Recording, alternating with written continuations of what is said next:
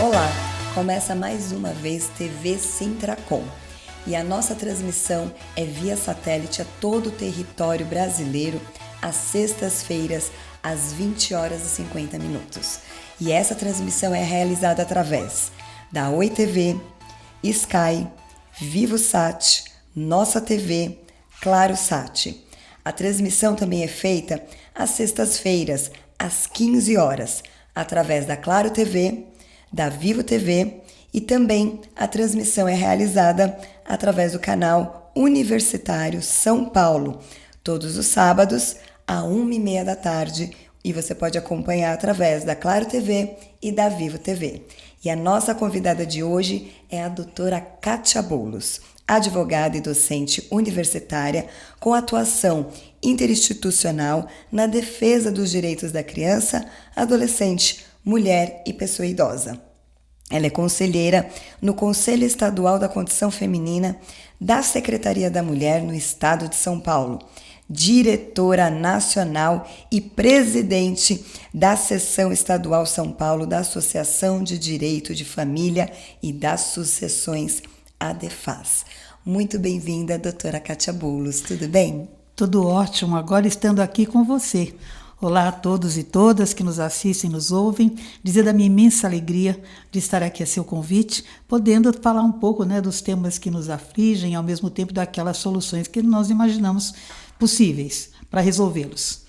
E hoje nós vamos falar sobre os direitos fundamentais da criança e do adolescente, vamos falar sobre os impactos dentro da sociedade, dentro da vida das crianças e dos adolescentes, falar sobre alienação parental, temas sensíveis que já faz muito tempo que esses temas são debatidos, mas pouco se vê nos avanços de políticas públicas e até de pequenas reformas e atualizações de legislações importantes nessa área.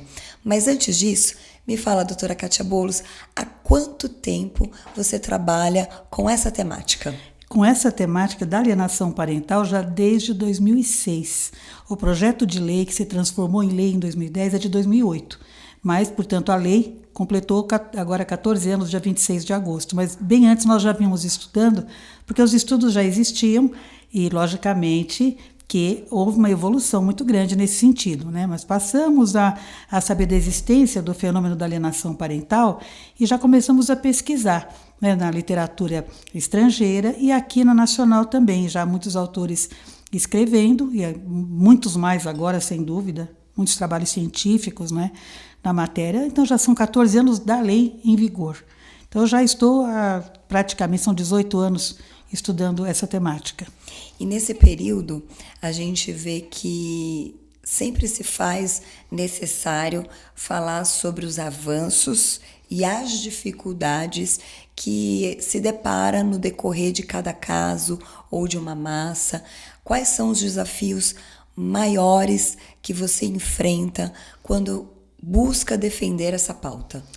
Na verdade, é importante, a sua pergunta é muito importante, porque se não houver união de todos, então todos, eu digo órgãos governamentais, não governamentais, a sociedade se mobilizar como um todo, nós nunca avançaremos o suficiente, nunca atingiremos o nosso objetivo, que qual é? A proteção integral das crianças e dos adolescentes, dos seus direitos. Então, enquanto não houver essa união, nós sempre estaremos tropeçando, andando um passo para frente, dois para trás. Isso é muito ruim. Nós já poderíamos estar num estágio evolutivo fantástico. Enquanto isso, o que nós vemos a alienação parental acontece, é um fato que ninguém pode negar, todo mundo certamente já viu, ou na sua própria família, ou no entorno, na sociedade como um todo, nós sabemos que existe. E aí não se dá o tratamento adequado. E as crianças vão se transformando em adolescentes, alienados, que se transformam em adultos, que repetem aquilo que viveram, porque naturalizam aquilo. Isso quando chegam à idade adulta, porque lamentavelmente nós sabemos que muitos casos terminam, infelizmente, em morte. E nós temos que estar atentos para isso, Precisamos falar disso, não podemos nos omitir. Exatamente. Por isso que quando a gente fala sobre direitos fundamentais, tem muitas pessoas que ainda não sabem ou destoam um pouquinho do que é realmente o fundamento e o conceito principal de direitos fundamentais. Para todas as pessoas que nos assistem, nos mais diferentes canais aqui que nós já falamos, explica para o nosso público um pouquinho sobre direitos fundamentais. Super importante também. Aliás, como conhecedora, né, me permite chamar de você, porque eu já te conheço há bastante tempo, tive o privilégio e tenho o privilégio de trabalhar ao seu lado nessa pauta também, né, especificamente a ponto de ter se transformado aqui numa lei municipal de São Paulo, enquanto você, para nossa alegria, para nossa honra, exercia aqui a vereança na cidade de São Paulo, né. Nós temos uma política pública graças ao seu empenho. Essa que é a verdade. Mas é importante falar de direitos fundamentais, porque se não é pelo bom senso, e deveria ser, nós temos uma Constituição Federal que estabelece que as crianças e os adolescentes têm prioridade, né, no tratamento e no asseguramento dos seus direitos fundamentais. Quais são? Direito à vida, à saúde, ao bem-estar, à profissionalização, à moradia, enfim, tudo aquilo que faz com que um ser humano possa se desenvolver, ainda que de acordo com as possibilidades de cada família, nós sabemos disso, mas os direitos são imutáveis, né? Então, assim, esses direitos devem ser assegurados. E o que nós vemos é que muitas vezes esses direitos são violados justamente pelas pessoas que deveriam proteger as crianças e adolescentes e dar efetividade a esses direitos. Então, são direitos humanos, antes de qualquer coisa, e crianças e adolescentes são seres humanos em formação, em desenvolvimento, como diz o Estatuto da Criança e Adolescente muito bem. São seres humanos em desenvolvimento. Então, tudo aquilo que é necessário, os direitos fundamentais, tudo que é necessário para que crianças e adolescentes se desenvolvam, né, da maneira saudável, de maneira respeitosa, com princípios éticos, princípios sociais, sabendo viver em família, em sociedade. Isso deve ser proporcionado por quem? Primeiramente pelos seus responsáveis objetivos, os pais. A família como um todo, né? Também a sua convivência comunitária, está no artigo 227 da Constituição Federal. Isto é dever de todos. Eu costumo dizer, porque está no caput do artigo 17, na cabeça do artigo, que família, Estado e sociedade devem garantir os direitos fundamentais, que são esses aos quais nós nos referimos. E de que a crianças e adolescentes, ao jovem, às pessoas em geral, mas principalmente a eles que são vulneráveis, sendo livres de opressão, de crueldade. Está na Constituição, se não está no bom senso. Então, nós temos que fazer valer, né, para crianças e adolescentes tudo aquilo que diga respeito ao seu desenvolvimento pleno, né, em condições de igualdade. Como que uma criança, para respeitar, precisa respeitar os direitos dessa criança, ensinar esses valores para que possa respeitar o outro. Então, família, Estado e sociedade devem trabalhar em conjunto. Enquanto nós não tivermos isso, remetendo à sua pergunta original, nós nunca vamos ter o avanço desejado. Eu acho extremamente importante cada ponto, né, cada item do direito fundamental para o desenvolvimento da criança, do adolescente. E quando a gente pega a lei da alienação parental, ela consegue extrair, mesmo depois de tantos anos, os direitos fundamentais, o Estatuto da Criança e do Adolescente, a questão da preservação da vida dessa criança e do adolescente, o estado emocional. E eu acho que é tão por isso, né, que eu e você defendemos juntas a permanência da lei da alienação parental. Mas nós duas, inclusive, também somos favoráveis que a lei precisa ser revisada. Sem dúvida. Precisa ser discutida, precisa ser melhorada e precisa, inclusive, ser ampliada. Então, as pessoas precisam primeiro entender o que é alienação parental. Tem muitas pessoas que ainda desconhecem a terminologia, não sabem alienação parental.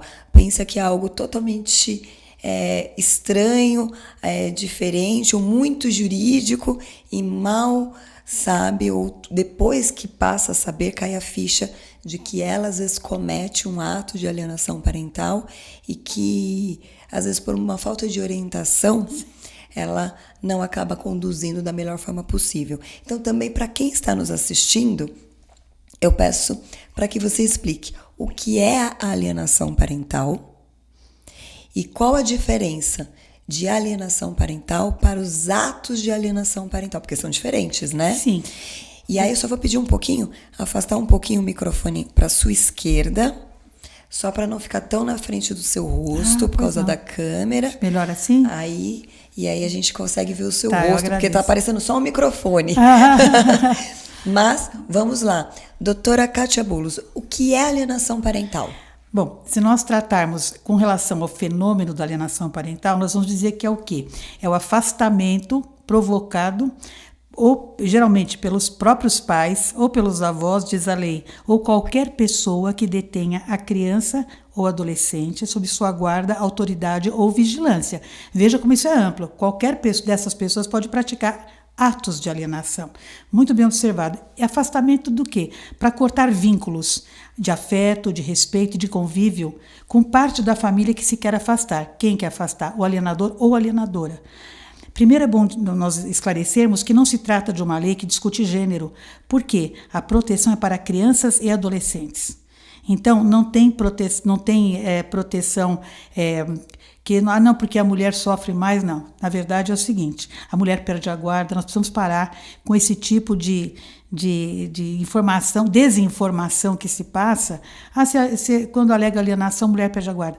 Pode acontecer não pelos atos de alienação, mas por todo um contexto para se perder uma guarda, que é um dos atributos do poder familiar que os pais detêm, é um processo bastante complexo para chegar à perda da guarda. Então, não podemos unir as coisas a ponto de ficar assim, palatável, né? As pessoas falam, então, nossa, a mulher perder a guarda, então eu vou defender a revogação. Não, não é isso, ao contrário, a lei protege os direitos de criança e adolescente contra quem praticar esses atos. E é muito amplo. Então, nós vemos, pode ser o pai, pode ser a mãe, pode ser padrasto, pode ser a madrasta, pode ser os avós, podem ser quaisquer pessoas. Na escola, pode ser professores, pode ser a pessoa que cuida da criança, que detém a criança sob a sua vigilância, né? Então, nós temos que pensar que essa lei trata de proteção de direitos fundamentais de criança e adolescente, que sofre abuso moral, sempre, a lei é clara quando diz isso, é abuso moral, é abuso psicológico, e as outras formas de abuso podem acontecer, mas não necessariamente acontecem. Da mesma forma que acontece quando a Lei Maria da Penha trouxe, né, as modalidades, vamos chamar assim, de violências, nós sabemos que a psicológica é a primeira, porque nem sempre as outras aconteceram. Né? Mas deixar a criança e o adolescente dentro de uma bolha em que ela permanentemente é uma tortura mental, é uma tortura psicológica que se faz. Quando a criança tem que... Olha, geralmente acontece, né, nas separações, nos divórcios, e às vezes até na constância de uma união estável do casamento, acontece de se praticar esse tipo de ato porque é uma disputa de poder entre os adultos. E a criança acaba sendo ou troféu, que é péssimo falar, mas a gente, entre aspas, que um deles almeja, dizer eu ganhei, né? Eu ganhei, exatamente, né? Porque eu consegui, né? Ou acaba sendo uma disputa de poder em que a criança fica naquela, nós chamamos um cabo de guerra, puxa para um lado, puxa para o outro. Enquanto isso ela vai sofrendo as consequências psicológicas, às vezes por uma disputa de patrimônio entre os pais, porque as famílias não se dão, paterna e materna, então entendem que a criança tem que ser afastada de um dos lados, né? Quando se esquecem que uma sogra ou um sogro são os avós da criança. Então, essa disputa, que acaba tendo a criança nos olhos da controvérsia e o adolescente, acaba causando um mal imenso. Nós vemos não só na literatura, nós vemos nos casos mesmo, né, no sistema de justiça, como as crianças sofrem com isso. As crianças também sofrem quando os pais, um deles, né, ou a figura que detém a guarda ou vigilância, usa essa criança como instrumento de guerra. Sim. Ou seja, um instrumento direto de ferir, de atingir o vingança, outro, né? Com o objetivo de vingança, né? Então, pega aquela criança e manipula, conduz ela a falar e fazer coisas que vai atingir diretamente o outro, né, o genitor, e essa criança ela é usada somente como espada, como instrumento, como arma, né, para atingir, para machucar. E nesse meio tempo ela vem sofrendo todas as consequências de ordem psicológica. Então nós temos estatísticas que provam que o que acontece com essas crianças e adolescentes, porque crescem, né, se tornam adultos e replicam esse tipo de situação. Então, tem dificuldade de manter uniões após adultos, inclusive uniões estáveis ou afetivas, constituir família, porque tiveram um péssimo modelo de família. Então, mesmo sem perceber, acabam rejeitando a ideia de constituir uma família, não querem, né? Várias consequências cognitivo-comportamentais, tendência ao suicídio, e é importante nós falarmos disso. Estamos num mês em que diariamente nós chamamos a atenção para a prevenção ao suicídio, e a Organização Mundial de Saúde, o Instituto Fiocruz, já trouxeram as estatísticas que o aumento dos índices de violência em crianças e adolescentes, de suicídio, é um absurdo, enquanto que é 3,9% em geral dos adultos, para as crianças 6% aumentou ao ano. Isso é muito grave, né? Então, assim, precisamos prestar atenção, porque as crianças e os adolescentes dão sinais. Exatamente. E os pais têm que estar muito atentos aos sinais. E se eles estão preocupados com uma guerra um com o outro, vai passar despercebido. Exatamente. Ou então diz, o filho está do meu lado. O filho não tem que ter lado. O filho tem que ser amparado pela família, por todos, e pela sociedade. Por isso que, se a sociedade tiver conhecimento de algo que esteja causando algum tipo de malefício, a criança e adolescente deve sim levar o conhecimento das autoridades. Existe o termo e a condição síndrome da alienação parental? Aqui pergunta ótima, porque muito se fala da síndrome, porque assim, começou que, imagine, Richard Gardner, um psiquiatra norte-americano, pretendia, sim, inserir, né, no Código Internacional de Doenças a síndrome da alienação, que seria um conjunto de sintomas diagnosticados, depressão, angústia, tudo aquilo que nós sabemos que acontecem mesmo. Mas a ideia dele, ele é um médico que tinha uma ideia de fazer isso, né, de instituir a síndrome como sendo um conjunto de doenças diagnosticadas. Nós aqui no Brasil falamos de atos de alienação. Em nenhum momento a lei fala de síndrome.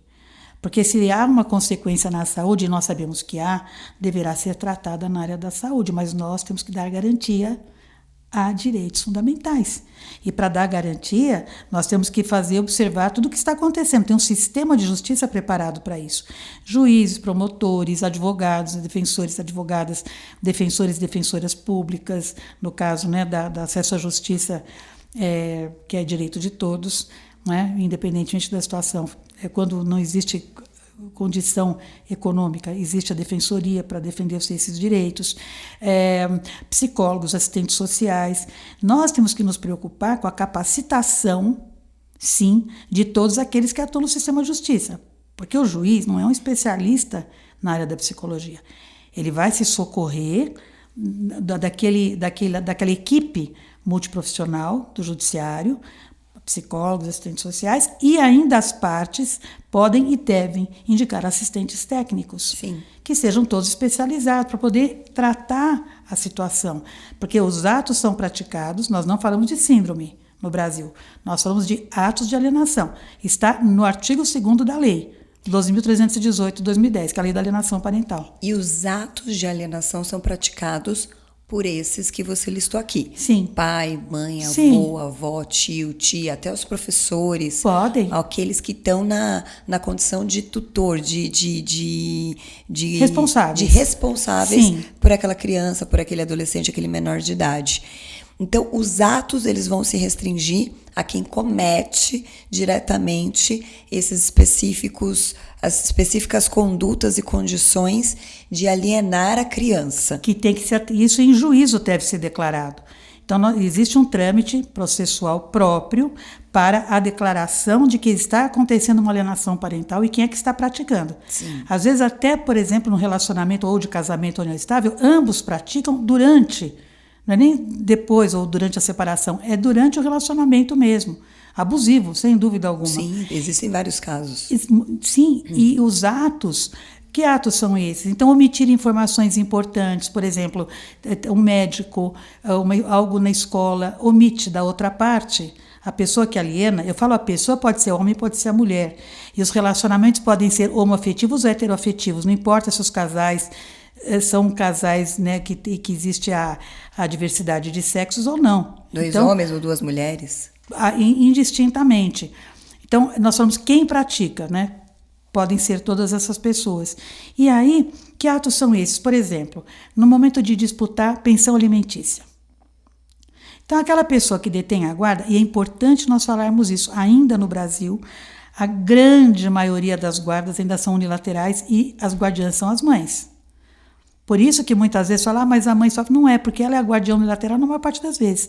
A guarda compartilhada, né, que embora já exista uma lei desde 2008, que em 2014 foi atualizada, e agora, recentemente, a guarda compartilhada, embora seja a regra, vamos chamar assim, não é obrigatória, mas ela é a regra, a exceção é a guarda unilateral, pela lei.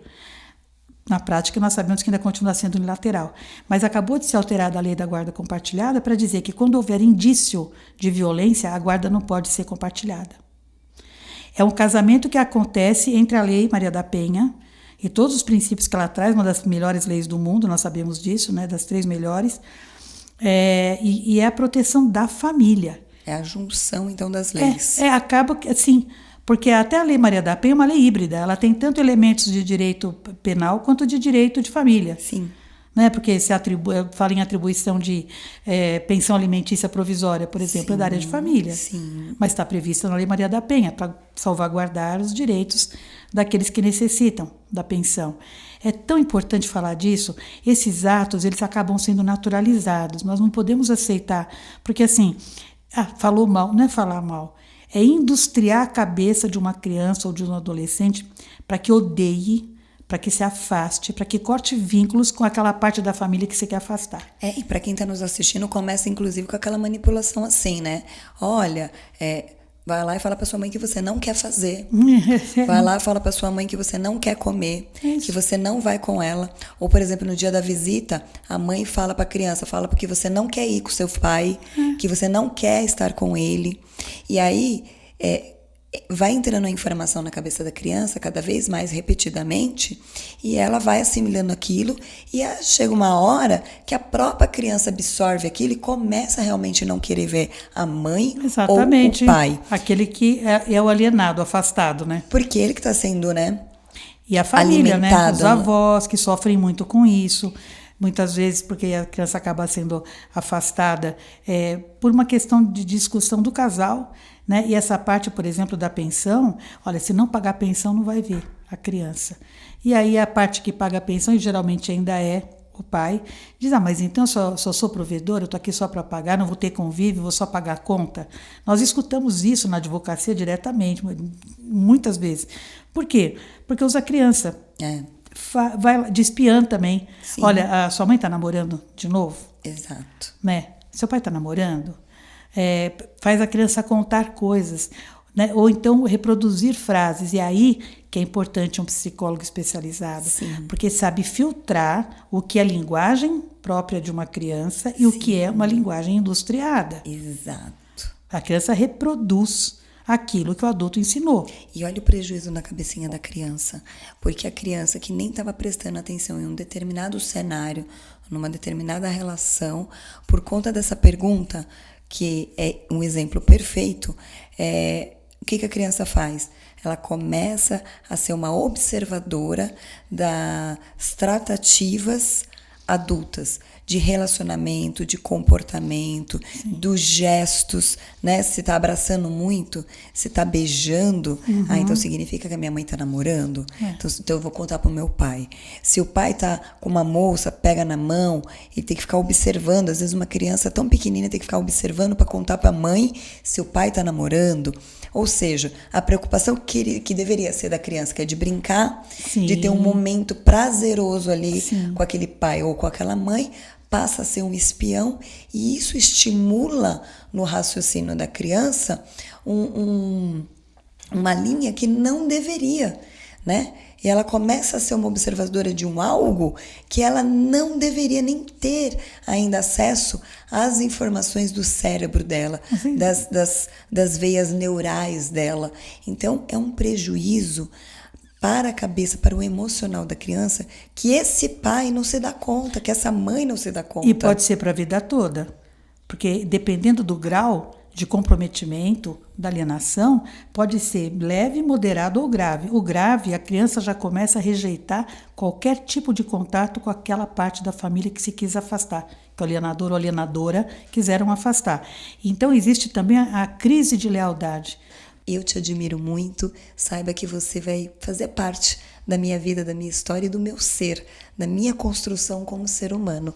Você é tudo que as pessoas merecem nessa vida, porque você é só coisas boas. Nossa, eu só posso agradecer, eu acho assim, emocionada, porque desde que nós nos conhecemos e abraçamos essa causa, que é uma causa difícil, mas necessária, né? Eu senti essa coragem, essa determinação, essa parceria em você, que é um ser humano que eu respeito muitíssimo, e eu só posso dizer que o que nós conseguimos realizar é porque Deus nos colocou pessoas como você no nosso caminho, nessa caminhada difícil que nós fazemos, mas que nós temos colhido os frutos muito bons e nós seguimos juntas, né?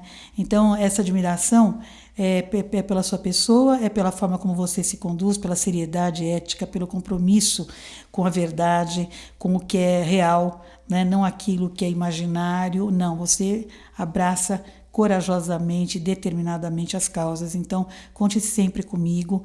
Eu sou sua fã e todos sabem disso. Aliás, você, como eu digo, você tem viajado em todas as minhas palestras, tem viajado nos meus slides, né, junto comigo e na apresentação do trabalho, porque você consegue fazer a diferença para melhor. Eu agradeço o convite e conseguiremos juntas, com certeza. Conte sempre comigo. Muito obrigada pelas palavras. Registro aqui o meu agradecimento também para nossa amiga delegada Rose, Sim. que foi quem nos apresentou. Sim. A delegada Rose já está na minha vida há 10 anos ou um pouquinho mais e se tornou para mim uma segunda mãe, uma referência também de tudo que é bom.